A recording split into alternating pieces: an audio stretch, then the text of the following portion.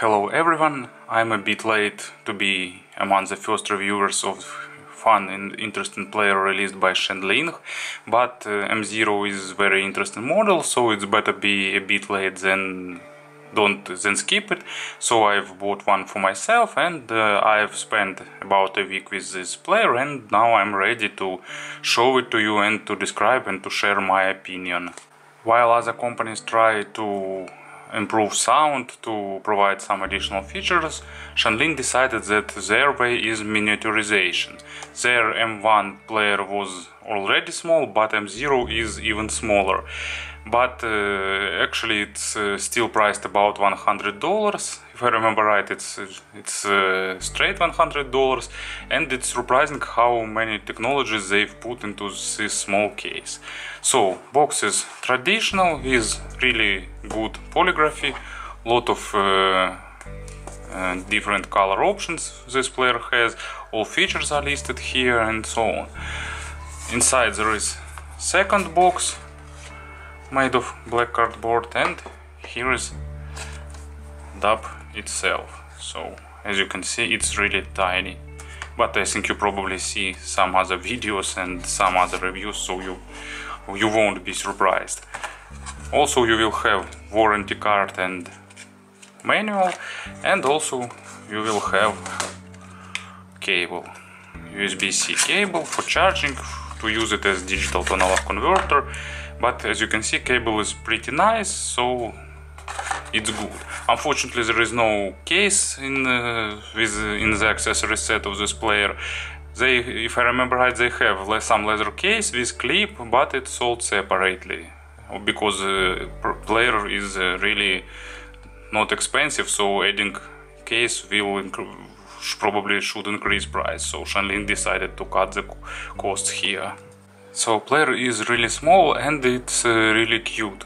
It's made of aluminum with these curved surfaces, and it looks really nice. So Shanling are the champions of design in the DAP world, I'd say. So let's compare sizes. Probably here is M1. So as you can see, M0 is smaller, and it's noticeably smaller. But actually it has same thickness or even a bit thicker. Anyway, it looks nice, and I'd say it looks cute, so it would be a perfect gift to your girlfriend or to your sister. There are different bright colors, you can select blue, red one, black one. I go with this color, if I remember right, it's called titanium. So here is micro SD slot, it's covered with pretty tough lid. So here it is. It supports all cards, including 512 GB ones, so you can expand its memory with really big cards, but it won't be too convenient in terms of controls. Actually, I must mention, because small screen makes manipulation of a big amount of files really painful. So here is USB-C input. It can be used for charging to access memory card. Also it can be used as USB digital to analog converter, and it also can be used as a digital transport. So pretty universal device. You can combine it with some small digital to analog converter, or probably with not so small. But main condition is that this digital to analog converter should have its own power, because it won't run long on the battery power of M0. Headphones output, of course there is no balanced output here. Rotating and clicking wheel to control it works as on-off button, as a screen lock button, and of course expectingly it works as a volume control. As you can see, unfortunately there is no hardware control buttons, and I definitely miss them, because for example M1 has these buttons, and it makes controlling playback more convenient. Front panel is covered with glass, it's solidly black, but as you can see, screen is noticeably smaller, so there are edges around the screen, so screen is smaller than the front panel. It could be probably bigger, but we have what we have. And actually screen is has pretty good quality in terms of resolution and in terms of viewing angles. It has enough brightness to be visible under the bright sun and so on and so forth. As for battery lifetime, Shanling stated that it can work for 15 hours, but I'm getting about 10 hours or 11 hours maximum. So, but anyway, it's still pretty good figures for such a small device, and it has efficient sleep mode. So in sleep mode you cannot turn it off, just pause it and it will be sleeping efficiently. Also, it has wireless Bluetooth module installed, and it supports Sony's LDAC. It supports AAC, aptX, and it actually can work as a Bluetooth receiver, and with recent firmware versions it can even work as a LDAC receiver. So you can, if you have some modern Android smartphone, you can stream music of high quality music to this tiny device. So as you can see, so sorry for saying as you can see, I'm probably saying it too much, but build quality is nice, design is really nice, so pretty stylish device. Everything in this life came with its price, and the price of this stylish look and great build is the usability and firmware usage comfort. So everything here is done via the touch screen, and everything is controlled via swipes. I am a big fan of Apple and iOS, and I've got used to, you know, this instant fast scrolling, 60 FPS screen refresh. So even in the main menu, Shanling M0 has a bit shuttering icons on scrolling, so it's not a big issue, but it annoys me a little bit. Main menu consists of following items. So now playing return you to currently playing screen. I will show it a bit later. My music, it's open all tracks, favorites, albums, artists, composers, playlists, genre, frequently played, and recent tracks. So you can scroll it, and you should precisely aim and actually select appropriate menu item. To navigate back, you need to make such gesture from left to right, and it's not instant. You making gesture, and it should be fast enough to be understood by this player. So it requires some usage, and after you get used, it's normal, but before that actually it's not very convenient. Another screen that I don't like in the controls of this DAP, it's actually scrolling.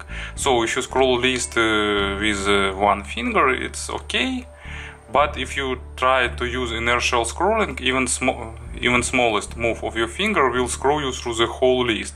So just small swipe gesture and you will scroll the whole list, and it's not very convenient. Another pretty useful gesture is 3-second tap on the screen. It will return you to now playing screen always. So my music is typical media library, folders, it's folders. As you can see, screen is small, so all captions are truncated. It would be okay, but in some cases, so is it visible? For example, with Led Zeppelin, it looks like something not very convenient. If you need to see the full caption, you should scroll from right to left. It will start scrolling, but often I'm missing with this gesture. I really can't perform it correctly. Sometimes instead I'm starting scroll. So move back. So it's, as you can see, all the gestures not always working correctly, at least for me, for big fingers. Playback. So it's playback options: maximum volume, default volume, resume mode. Should remember currently played track and position, gapless, equalizer, gain low, high, digital filter settings. Inside here used ESS Saber 9218, so there are all Saber filters available. Channel balance, play mode, and should it skip to next folder. Sorry, but now in few minutes train will pass by my window. And system settings, here is updating media library, Bluetooth. In the Bluetooth you can turn it on.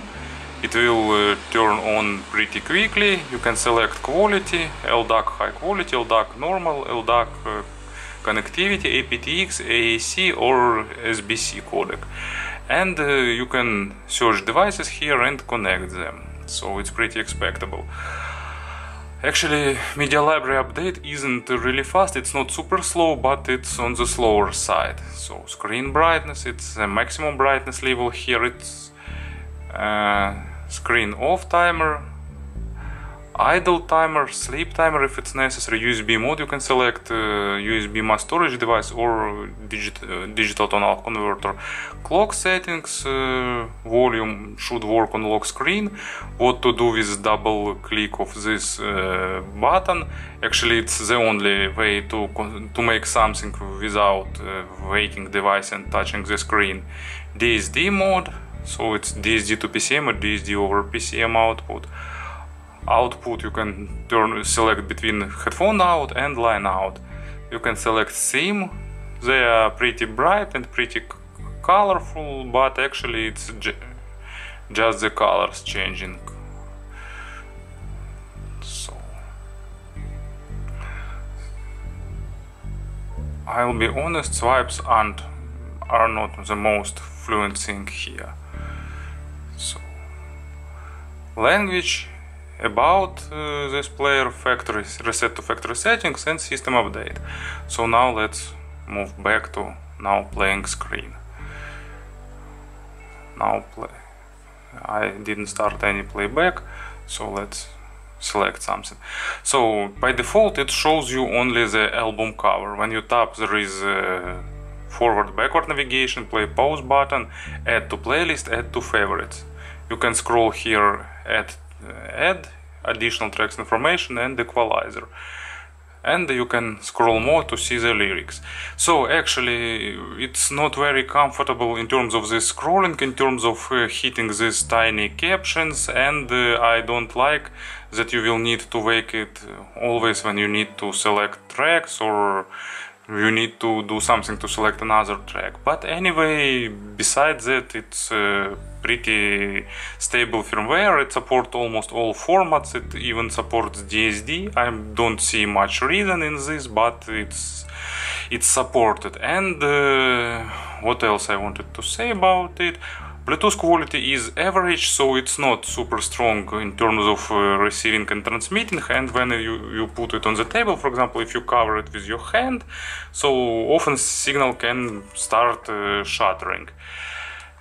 But anyway, I think it's a pretty good player for sport, for some active lifestyle users and so on. Actually, while I was filming this video, they released new version of firmware 2.1, and according to the feedback, they've improved scrolling a little bit. So probably it would be better, but usability isn't the strongest part of this player still. And of course about the sound. If we took into attention size and price of this player, I can say that I'd probably say that sound is normal. It's engaging, it doesn't have any issues, so it's pretty fun. It has color accents on the low frequencies and a bit on the treble, so it sounds like fun and interesting. But actually, if we'll speak about the sound of this player without without this discount for its size and for its price, then sound actually even worse than M1's. It's not perfect in terms of control all over the whole frequency spectrum. Bass is a bit muddy here, it's not enough, it has depth, but lower layers of bass isn't controlled well. Mids are normal without any big issues, but imaginary stage isn't big in width and absolutely shallow in depth, so almost zero depth here. But I can say that this player isn't created for these purposes.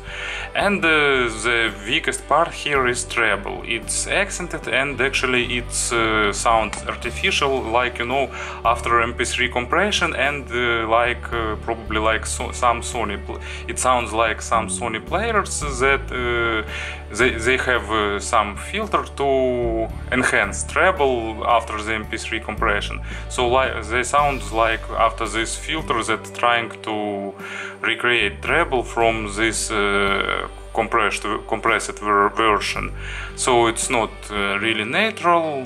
They have unnatural attacks and decays. So, but anyway, you know, it's not a big issue because this player isn't created for the audiophilic listening.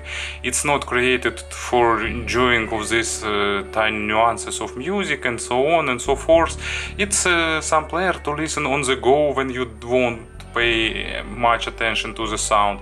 It's some player for active usage, for sport, and when you're jogging, for example, or hiking, you won't be go into this deep nuances of all these tiny details and so on and so forth. So for active lifestyle, for everyday usage, it's normal, especially if you will use it as a Bluetooth device, if it's a Bluetooth source, for example, it would be sounding also normal.